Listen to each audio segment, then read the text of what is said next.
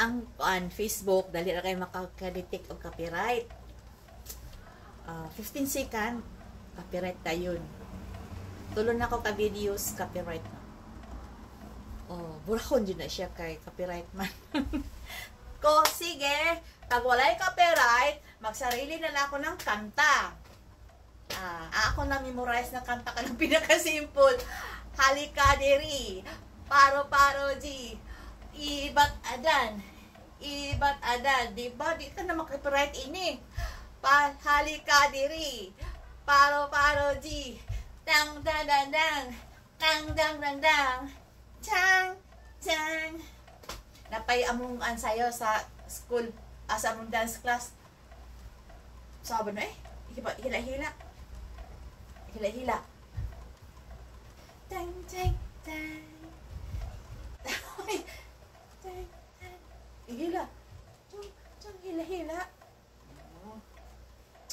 Ito no. Dahan ka ibang karon nag-viral. Kay kagaling ko na nilang personal life nilang gipang share. Viral sila. Okay, bitaw. Pag magtahimik ka dire sa social media, dili ka atimanon kay dili man maritis ang imong kinabuhi. Ang gusto nila ka na bang mga personal life mo, about sa financial, about sa financial status, ano pa? Yan. Paiba imong kinahimta o dili ba? Inana.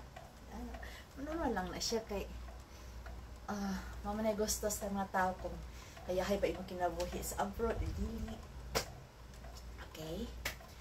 Ako naman ay dumating ko sa Korea, bata pa ko.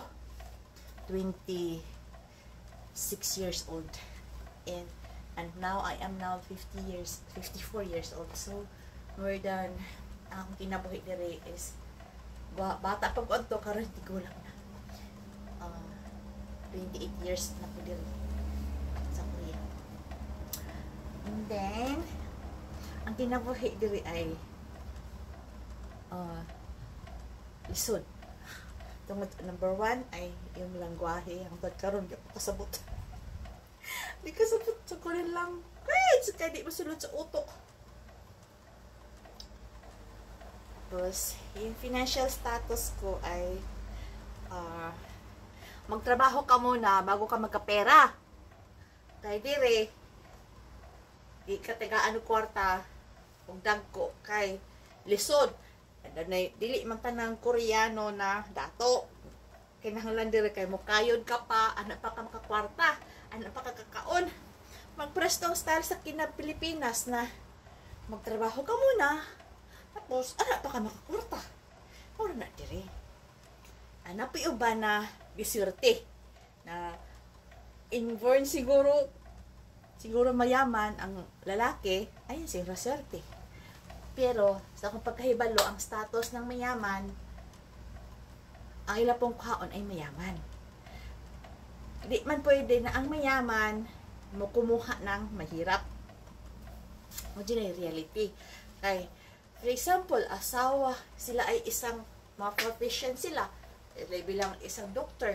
Alam, mamukuha sila isang katulong.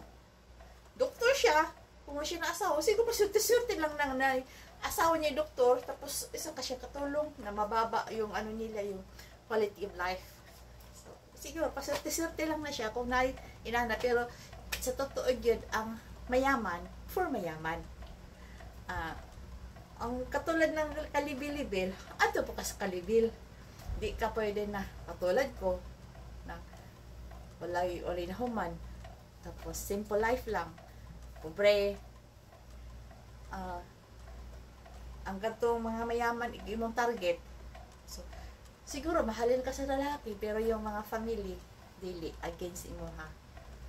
Ayun lang, tungod sa financial status, ayun ang ipagtanong kinabuhi. Ang kamaama dire, igora may makakaon tulos sa adlaw katulog, hab-hab, tapos hab-hab kang tulog adlaw, tulos sa kaadlaw katulog, plus kunting snack, tapos kunting lakad-lakad, exercise, picture-picture, mura na ang kalipay. Lah, pataas na. 5 minutes. Wala rin mo tanawin.